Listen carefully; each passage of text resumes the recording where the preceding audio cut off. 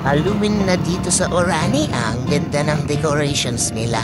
Kaya lang ng fiesta dito. At ngayon, ganito naman yung ayos nila. Ayos ah. Bali sa Jollibee nga pala sana kami kakain kaso ang daming tao. Kaya nag-decide kami na sa McDonald's lang.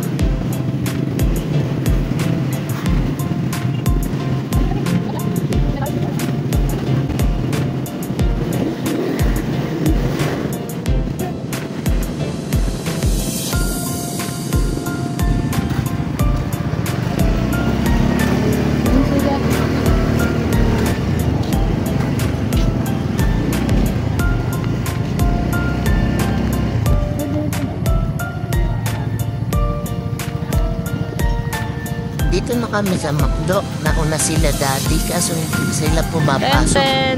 Kasi nga, sobrang daming tao. Dahil sa break na.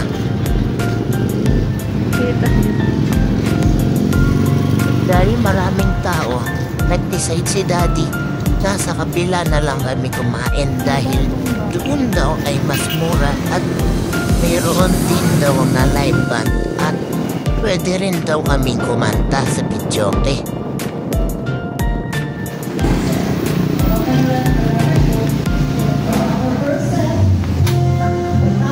Pagbuhan pa lang mo ang masayang harito.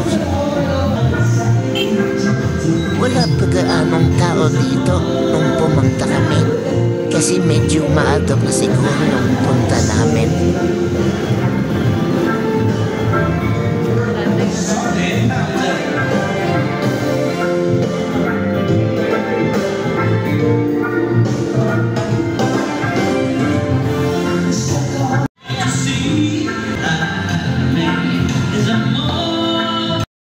Hop, picture muna habang namimili ng menu.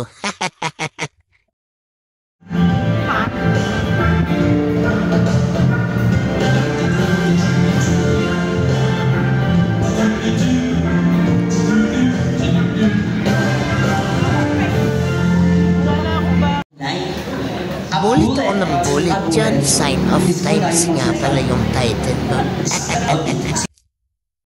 Alam niyo ba, first time kong kumanta sa ganito kaya nanginginig yung uso ko habang kumakanta ako. Ito nga pala yung mga order namin. Tara na nga at magkantahan na tayo.